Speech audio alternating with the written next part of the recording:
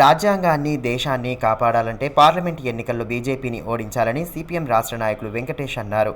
శుక్రవారం ఆదిలాబాద్ పట్టణంలోని యాదవ సంఘ భవనంలో నిర్వహించిన సిపిఎం పార్లమెంటరీ సమావేశంలో ఆయన పాల్గొని శ్రేణులకు దిశానిర్దేశం చేశారు. రానున్న పార్లమెంటు ఎన్నికల్లో కాంగ్రెస్ అభ్యర్థి ఆత్రం సుగుణ గెలుపుకు పార్టీ శ్రేణులు కృషి చేయాలని పిలుపునిచ్చారు. కార్మిక, కర్షక, ప్రజా వ్యతిరేక విధానాలను అవలంబిస్తూ ప్రజానీకాన్ని ఇబ్బందులకు గురి చేస్తున్న మోదీ ప్రభుత్వానికి తగిన గుణపాఠం చెప్పాలన్నారు. ప్రత్యక్ష పన్నులు ఏవైతే ఉన్నాయో అంటే ఎంప్లాయీస్కి డైరెక్ట్గా విధించేటటువంటి పన్నులు 30% వరకు పెంచారు. కానీ అదేవిధంగా కార్పొరేట్ సంస్థలు ఏవైతే ఉన్నాయో భారతదేశంలో 2000 కార్పొరేట్ సంస్థలు ఉన్నాయి. వారికి మాత్రం 2 నుంచి 4% మాత్రమే పన్నులు ఉన్నాయి. కష్టం చేసుకునేటటువంటి ఉద్యోగికేమో ఐటీ ఇన్కమ్ ట్యాక్స్ పేరుతో పన్ను పేరుతో 30%, అడ్డగోలుగా వేల కోట్ల రూపాయలు, లక్షల కోట్లు సంపాదిస్తున్నటువంటి పెట్టుబడిదారులకు మాత్రం మీరు 2-3% మాత్రమే విధిస్తూ ఉన్నారు. మీ పాలన 2000 కుటుంబాల కోసం ఉన్నది. కానీ మేము భారత కమ్యూనిస్ట్ పార్టీ మార్క్సిస్ట్ కానీ, అదేవిధంగా భారతదేశం ఉన్నటువంటి సిపిఐ కానీ, అలాగనే ప్రతిపక్షాలు కానీ, ప్రధాన ప్రతిపక్షంగా ఉన్న కాంగ్రెస్ కానీ ఈరోజు 18వ లోక్సభ ఎన్నికలు సాధారణ ఎన్నికలు కావు. ఈరోజు భారత ప్రజాస్వామ్యం మనుగడ సాగించాలన్నా, లౌకిక రాజ్యాంగం కొనసాగాలన్నా, ఆర్థిక సార్వభౌమత్వం నిలబడాలన్నా, సామాజిక న్యాయం నిలబడాలా, ధ్వంసం కావాలా, ఈ 4 అంశాల ప్రాతిపదికన ఎన్నికలు జరుగుతూ ఉన్నాయి.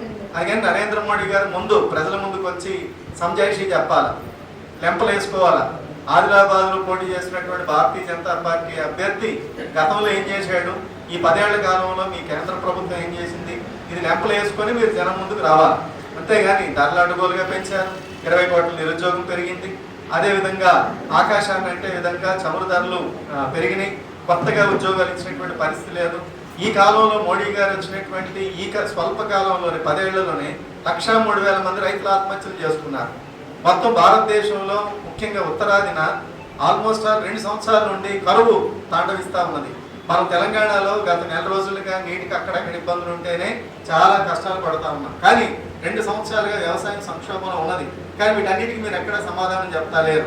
ఈరోజు సంబంధం లేనటువంటి విషయాలు. మోడీ గారు రాజకీయం చేయదలుచుకున్నాడా, ప్రజాపాలన చేయదలుచుకున్నాడా? భారత ప్రభుత్వం 5 ఏళ్లకు ఒకసారి ఎన్నికైతే ప్రజల కోరికలు నెరవేరుతాయని కోరుకుంటున్నారు.